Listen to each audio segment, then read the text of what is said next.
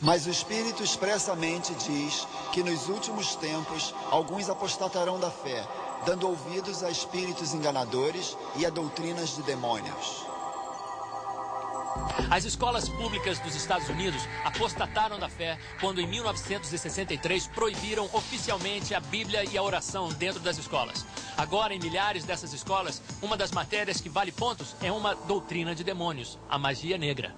Estima-se que existam mais de 200 mil feiticeiras praticantes nos Estados Unidos e que literalmente milhões de americanos mexem com alguma forma de ocultismo, fenômenos psíquicos, espiritismo, demonologia e magia negra. As estatísticas mostram que a venda de livros de ocultismo dobrou nos últimos 4 anos. A magia negra hoje não é mais coisa que se faz às escondidas. Muitos vídeos de rock mostram abertamente a adoração a Satã e ao inferno, tudo completo com os símbolos, liturgia e rituais de magia negra. Milhões de jovens estão presos nas suas garras malévolas. Esses sons horrendos e de tormento estão literalmente enlouquecendo alguns jovens e aliciando-os para a dependência das drogas, para o suicídio, perversão e angústia infernal.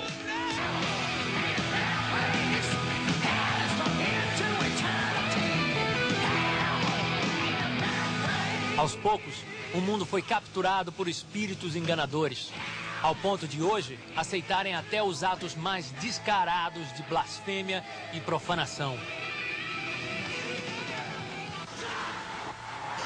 No livro do Apocalipse, o apóstolo João previu que nos últimos dias o mundo se desviaria de Deus e adoraria e seguiria Satã.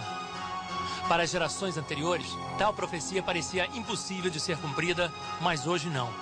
Satanismo explícito tem sido considerado a subcultura de maior proliferação entre os adolescentes americanos. E o reavivamento da magia negra e o ocultismo é uma das religiões que mais cresce no mundo.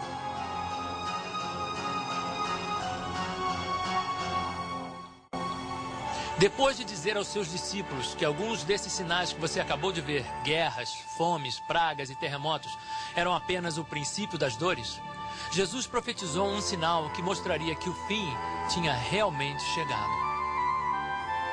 E este evangelho do reino será pregado em todo o mundo, em testemunho a todas as nações. Então virá o fim. O Almanaque Cristão de 1990 relata que o evangelho já foi pregado a mais de 4 bilhões de pessoas e que agora existem igrejas cristãs em todos os 250 países do mundo.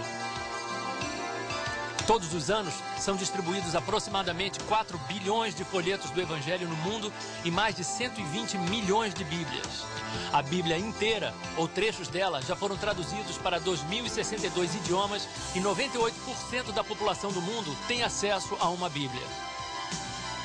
O evangelho também é pregado a partir de mais de 2.000 emissoras de rádio e televisão cristãs e programas cristãos são apresentados em milhares de emissoras seculares. Jamais, em toda a história, o evangelho foi pregado em todo o mundo para todas as nações, como acontece agora.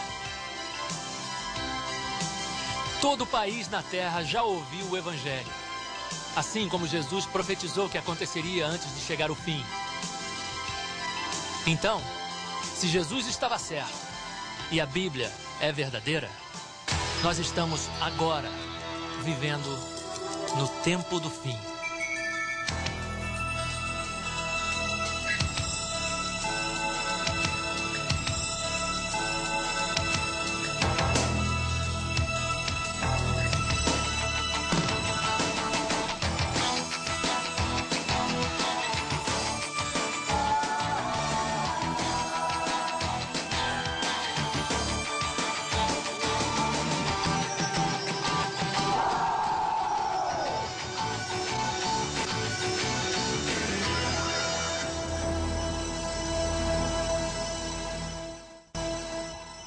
No princípio do capítulo 16 de Mateus, os inimigos religiosos de Jesus o desafiaram a lhes mostrar um sinal do céu.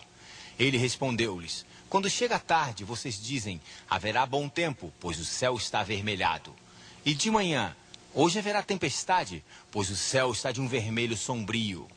Hipócritas, vocês sabem interpretar a face do céu e não conhecem Os sinais dos tempos. A tecnologia moderna melhorou grandemente a nossa habilidade de prever o tempo. Mas será que somos cegos para os sinais escuros da época na qual estamos vivendo?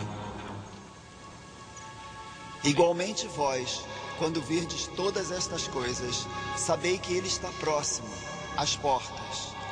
Em verdade vos digo que não passará esta geração sem que todas estas coisas aconteçam. A nossa geração, a geração na qual estes sinais do fim estão se cumprindo, não passará até que tudo se cumpra. Então, o que falta ainda acontecer? Bem, um dos últimos sinais do fim, propriamente dito, é a ascensão de um governo único mundial, liderado por um ditador sobre-humano, o Anticristo.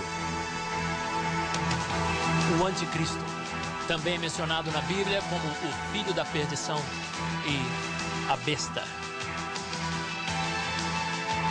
Ele, como Hitler, que foi um protótipo do Anticristo na história, será possuidor de grande carisma e oratória. Falará coisas espantosas.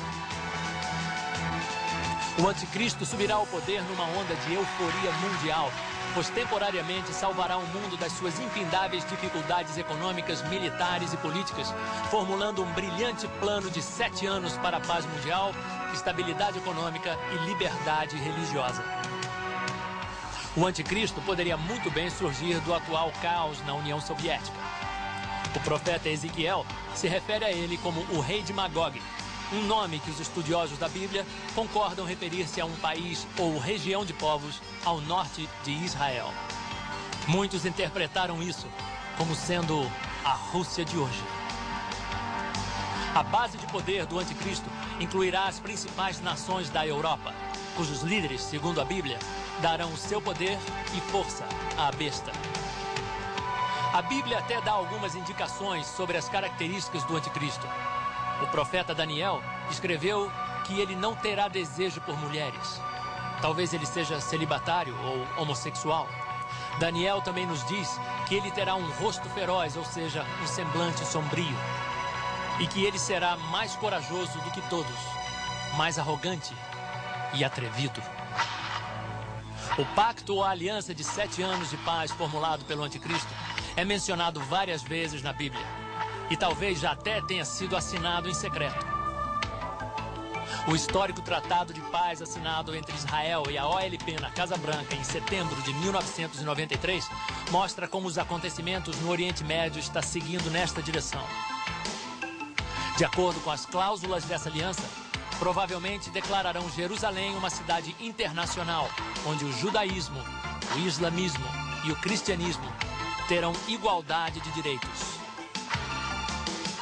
As Sagradas Escrituras indicam que os judeus poderão reconstruir o seu templo no Monte Moriá, onde recomeçarão os antigos rituais de sacrifício animal. De acordo com as profecias, o Anticristo não só será um mestre de intriga política, mas também um gênio militar. Daniel descreve várias guerras de maior porte que o Anticristo lutará durante o seu reinado de 7 anos. Ao que tudo indica, contra os Estados Unidos e Israel, que se oporão a ele durante a segunda metade do seu governo. Por um tempo, a maior parte do mundo vai achar o Anticristo maravilhoso, pois ele aparentemente resolverá muitos dos problemas do mundo. Mas 3 anos e meio depois de iniciar o seu governo, ele quebrará o seu trato e invadirá Israel, vindo do norte. Nessa ocasião, ele fará de Jerusalém a sua capital mundial e banirá todas as religiões, exceto a adoração a si próprio e a sua imagem. A Bíblia diz que o Anticristo se sentará no templo judaico, exaltando-se a si mesmo como Deus e exigindo ser adorado.